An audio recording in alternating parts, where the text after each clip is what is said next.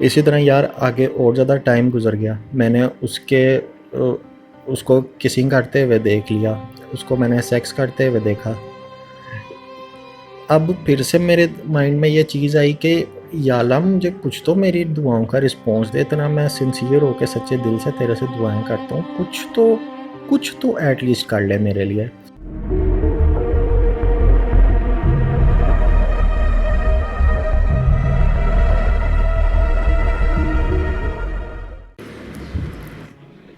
Hello ظفر بھائی، کیا حال چال ہے آپ کا؟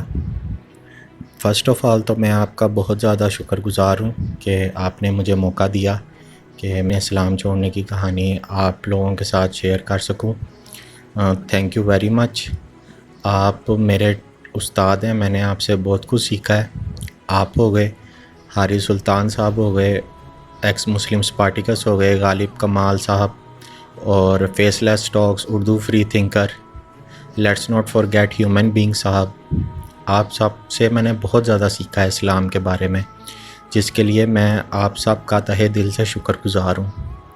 اب بات شروع کرنے سے پہلے جتنے بھی لوگ سن رہے ہیں، میں ان کو یہ کہوں گا کہ آپ کی ان باتوں میں پڑھنے کی عمر نہیں ہے تو جا کے کارٹون نیٹ ورک دیکھیں، میری بات نہ سنیں، کیونکہ سننے والوں کو یہی لگے گا کہ شاید میں کوئی فیک ایکس مسلم ہوں، میں کوئی ہندو ہوں، میں کوئی سکھ ہوں، میں کوئی یہودی ہوں، یہ کوئی میں اسلام کے خلاف پروپیگنڈا کر رہا ہوں۔ تو ایسا کچھ بھی نہیں ہے، اور مجھے کوئی پرواہ ہے بھی نہیں کہ کوئی کیا سوچ رہا ہے کیا نہیں سوچ رہا۔ میں نے اس چیز کو سفر کیا جو کہ میں آپ لوگوں کے ساتھ شیئر کرنا چاہتا ہوں۔ مجھے چائلڈہڈ میں یہ چیز بتائی گئی کہ ایک اللہ ہے، ایک رسول ہے۔ میں نے کہا ٹھیک ہے۔ مجھے یہ چیز بتائی گئی کہ اللہ ایک ہے، اللہ کچھ بھی کر سکتا ہے۔ اب اس ٹائم پھر ایک ہیومن نیچر ہوتی ہے کہ مائنڈ میں کویشچنز آتے ہیں۔ میرے مائنڈ میں یہ کویشچن آتا تھا کہ اللہ کو کس نے پیدا کیا، جس کا جواب مجھے یہ ملا کہ ان باتوں میں نہیں پڑھتے، یہ وسوسے جو ہیں وہ شیطان ڈالتا ہے۔ پھر میرے مائنڈ میں یہ کویشچن آیا کہ یار اللہ سب کچھ تو کر سکتا ہے، یہ لائٹ کیوں نہیں بھیج سکتا؟ جب کبھی بھی لائٹ جانی نا تو میرے مائنڈ میں یہ کویشچن لازمی آتا تھا۔ اس کا مجھے یہ جواب ملا کہ یار یہ کام تو انسانوں نے کرنے ہوتے ہیں، اللہ نے تھوڑی کرنا ہے۔ پھر میرے مائنڈ میں یہ کویشچن آیا کہ جب کوئی بیمار ہوتا ہے تو اللہ جو کہ سب کچھ کر سکتا ہے وہ ٹھیک کیوں نہیں کرتا؟ اس کا مجھے یہ جواب ملا کہ میڈیسن تو کھانی پڑتی ہے ورنہ پوری دنیا ہی ٹھیک ہو جائے محض صرف دعا کرنے سے۔ میں نے کہا اوکے۔ پھر مجھے یہ کویشچن تنگ کرتا تھا جو کہ آج بھی کرتا ہے کہ اللہ کو جب سب کچھ پتہ ہے تو یار وہ آزماتا کیوں ہے؟ کیونکہ دیکھیں اب جتنے بھی سننے والے ہیں ان کو پتہ ہے کہ وہ آگ برداشت نہیں کر سکتے، تو اپنے آپ کو آگ لگا کے یہ آزمائیں گے تو نہیں نا کہ وہ دیکھتے ہیں کہ آگ برداشت کر سکتے ہیں کہ نہیں کر سکتے، ان کو اس چیز کا پتہ ہے۔ تو جس نے پوری کائنات بنائی اسے سب کچھ پتہ ہے، وہ کیوں آزماتا ہے؟ آج تک میرے مائنڈ میں یہ کویشچن ہے، اور آج تک اس کا جواب مجھے کبھی کسی نے بھی نہیں دیا۔ لوگ یہ بونگیاں مار دیتے ہیں کہ یار اللہ نے یہ بھی دیکھنا ہوتا ہے وہ بھی دیکھنا ہوتا ہے۔ بھائی سب کچھ پتہ ہونے کے باوجود آپ نے کیا دیکھنا ہے؟ یہ میرا آپ سے مین کویشچن ہے۔ اینی ویز یہ کافی سارے کویشچنز اس ٹائم میرے مائنڈ میں آئے، اور کچھ کویشچنز کا مجھے جواب مل گیا اور کچھ کا مجھے نہیں ملا۔ اسی طرح وقت گزرتا گیا۔ مجھے چونکہ استھما ہے، کتنی دفعہ میرے پہ استھما کا اٹیک آیا تو یار کسی خدا نے میری مدد نہیں کی، مجھے جانا ڈاکٹر کے پاس ہی پڑا، اور میں انتہائی اس ٹائم پین اور سفرنگ سے گزر رہا تھا۔ اسی طرح یار کرتے کرتے پھر بہت زیادہ ٹائم گزر گیا، میرے خدا کے ریلیشن میں اپس اینڈ ڈاؤنز آتے چلے گئے۔ پھر 2003 2004 یا 2005 یہ ایگزیکٹ ایئر مجھے یاد نہیں، بٹ میں نے کسی لڑکی کو دیکھا، اور نہ وہ مجھے اچھی لگی نہ وہ مجھے بری لگی، نہ میرے اندر کوئی فیلنگ آئی نہ میرے اندر سے کوئی فیلنگ باہر گئی، کیونکہ سم ٹائمز یہ بھی ہوتا ہے کہ آپ جب کسی انسان کو دیکھتے ہیں تو آپ کو کچھ ایسا کوئی فیلنگ والی کوئی چیز آپ کے اندر آتی ہی نہیں ہے۔ میرے ساتھ بھی ایسا ہی ہوا۔ میں نے اسے دوبارہ دیکھا میں نے اسے 3 دفعہ دیکھا، اور پھر 2007 میں میرے ٹیچر جو تھے وہ اس کو بہت زیادہ لائک کرتے تھے، تو ان کی باتیں سن سن کے مجھے بھی وہ لڑکی اچھی لگنے شروع ہو گئی، اور پھر میں نے یہ ڈیسائیڈ کر لیا کہ یار میں اس کا ہوں اور یہ میری ہے۔ میں چونکہ مسلم تھا اس ٹائم، میں نے دعائیں کرنی شروع کر دیں اس کے لیے، کیونکہ ظاہر سی بات ہے مجھے یہ چیز بتائی گئی تھی کہ آپ دعا کرو آپ کو کچھ بھی ملے گا۔ میں نے دعائیں کرنی شروع کر دیں، اتنی دعائیں کی، لیکن اب مجھے ان کا کوئی رسپانس نہیں ملا۔ پھر میری دعاؤں میں شدت آ گئی، میں دعائیں کر کر کے میرا منہ سوکھ جاتا تھا۔ میں نے اتنی اس کے لیے دعائیں کی کہ یا اللہ یہ لڑکی مجھے دے دے، لیکن مجھے پھر بھی میری دعاؤں کا کوئی رسپانس نہیں ملا۔ اس چیز نے مجھے بہت زیادہ ڈسہارٹ کیا۔ تو بات یہ ہے کہ میرا عشق جو تھا وہ اور زیادہ ایکسٹریم لیول پہ چلا گیا۔ میں راتوں کو اٹھ کے رونا شروع ہو گیا۔ میں شدید قسم کے ڈپریشن میں اس ٹائم چلا گیا تھا کہ یار یہ ہو کیا رہا ہے، کیوں مجھے میری دعاؤں کا جواب نہیں مل رہا۔ پھر جب میرا غصہ ٹھنڈا ہو جاتا تھا تو میں کہتا تھا چل یا اللہ مجھ سے دوستی کر لے۔ اسی طرح یار آگے اور زیادہ ٹائم گزر گیا، میں نے اس کو کسنگ کرتے ہوئے دیکھ لیا، اس کو میں نے سیکس کرتے ہوئے دیکھا۔ اب پھر سے میرے مائنڈ میں یہ چیز آئی کہ یا اللہ مجھے کچھ تو میری دعاؤں کا رسپانس دے، اتنا میں سنسیئر ہو کے سچے دل سے تیرے سے دعائیں کرتا ہوں، کچھ تو ایٹ لیسٹ کر لے میرے لیے۔ اب وہ بھی کوئی نہیں۔ اسی طرح کرتے کرتے آئی کوم آ گیا، پھر بی کوم آ گیا۔ میں کوئی اتنا پڑھنے والا میرا مائنڈ تھا بھی نہیں، کیونکہ میں سمجھتا تھا کہ میرا خدا ہے، یہ کرے گا جو کچھ بھی کرے گا، میں بہت اچھے نمبروں سے پاس ہو جاؤں گا۔ اب وہ بھی کوئی نہیں۔ میں ورسٹ اسٹوڈنٹ رہا ہوں اپنی لائف کا، کیونکہ میں نے کوئی ایفرٹ کی ہی نہیں، میں خدا کے بھروسے صرف بیٹھا رہا ہوں۔ اسی طرح کرتے کرتے ایم کوم آ گیا۔ ایم کوم میں بھی میں اپنی کلاس کا سب سے ورسٹ اسٹوڈنٹ، سب سے نکما اور نالائق اسٹوڈنٹ رہا ہوں۔ میں نے ایم کوم میں بھی کبھی ایفرٹ نہیں کی، آئی کوم بی کوم میں تو میں نے نہیں کی، ایم کوم میں بھی میں نے نہیں کی کہ چلو یہ خدا ہی ہے جو میری مدد کرے گا۔ تھوڑی ایم کوم میں ہی مجھ سے ایک مسٹیک ہوئی۔ اب مجھے پتا تھا کہ میری ایسی کی تیسی ہو جانی ہے۔ میں نے کیا کیا، میں نے لوہے قرآنی دیکھنا شروع کر دیا کہ چلو میری غیب سے مدد ہو جائے گی، میں بچ جاؤں گا۔ اب جو مجھے رگڑا لگنا تھا وہ مجھے لگ گیا۔ میں بہت ہی زیادہ ڈسہارٹ ہو گیا کہ یار یہ کیا ہو گیا، یہ تو لوہے قرآنی تو میں نے دیکھا ہے، تو یار میری کہیں غیب سے مدد ہوئی کیوں نہیں۔ اب جب میرا ایم کوم ہوا میں خدا کے کافی قریب ہو گیا، خدا کا میں نے بڑا شکریہ ادا کیا۔ ایم کوم کے بعد 3 سال مجھے جاب نہیں ملی۔ 3 سالوں میں میں نے کتنی نمازیں پڑھیں، کتنی میں نے دعائیں کی کہ مجھے جاب مل جائے۔ اب مجھے جاب نہیں ملی۔ اب یہ جب انسان انمپلائڈ ہوتا ہے تو ڈیفینیٹلی جب کوئی کام نہیں ہوتا تو اب برے خیالات آتے ہیں۔ میں ڈپریشن میں چلا گیا، سوسائڈل تھاٹس آنے لگ گئیں۔ لیکن جب میں ڈپریشن میں گیا میرے پہ ایتھیزم کا ایک فیز آیا، لیکن جب مجھ پہ ایتھیزم کا فیز آیا تو ساتھ ہی مجھے جاب مل گئی۔ اب میں بڑا خوش ہوا، میں نمازیں پڑھوں، اللہ کا شکریہ ادا کروں کہ اللہ نے مجھے جاب دیا۔ لیکن وہ جاب نا میرے لیے سوٹیبل نہیں تھی، وہاں سے میں نے ریزائن کر دیا۔ پھر اس کے بعد مجھے سیکنڈ جاب ملی۔ سیکنڈ جاب میں نے اب جو میں آپ کو بات بتانے لگا ہوں وہ سننے والوں کو بہت ہی ایک اسٹوپڈ سی بات لگے گی، لیکن اسٹوپڈ ہی صحیح، مجھے کوئی پرواہ نہیں کہ آپ اس کو اسٹوپڈ کہیں ہیں، جو مرضی کہیں۔ سیکنڈ جب مجھے جاب ملی تو آپ ڈیفینیٹلی جب کام کرتے ہیں تو آپ کو خرچے بھی ہوتے ہیں۔ میں جو کماتا تھا میں خرچ کر دیتا تھا۔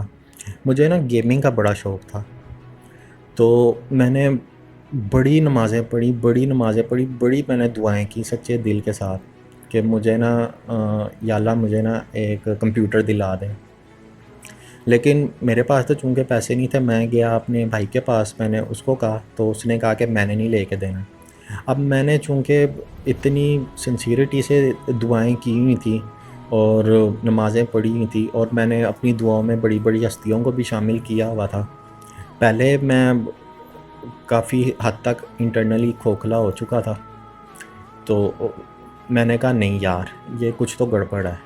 اب میں نے اسلام پہ ریسرچ کرنی شروع کر دی۔ میں نے حارث صاحب کو سنا، میں نے اسپارٹیکس صاحب کو سنا، غالب صاحب کو سنا، پھر کتنے میں نے ایکس مسلمس کو سنا۔